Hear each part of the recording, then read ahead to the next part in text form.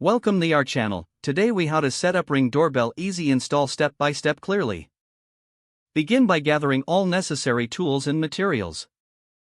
You will need your Ring doorbell, a screwdriver, a drill, and anchors if required. Next, download and install the Ring app on your smartphone.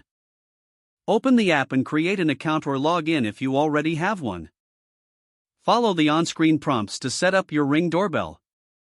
Select Set up a device and choose Doorbell from the list.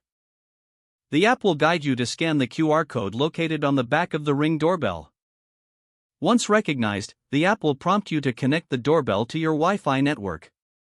Make sure to enter your Wi-Fi password correctly.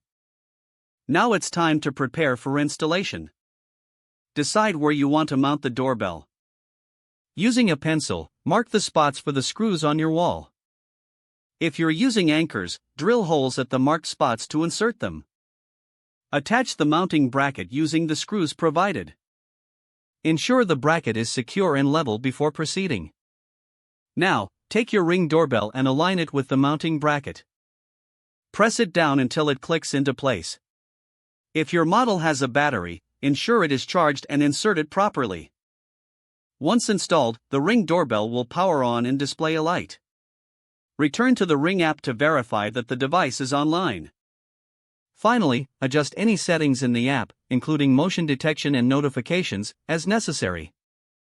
Your Ring doorbell is now successfully installed and ready for use.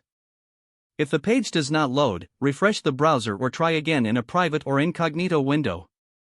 Make sure you are using the correct email address, then retype it carefully to avoid small typos. If your password is not accepted, use the reset option and create a new strong password you can remember. Check your spam folder for verification or security emails, then complete any requested confirmation steps.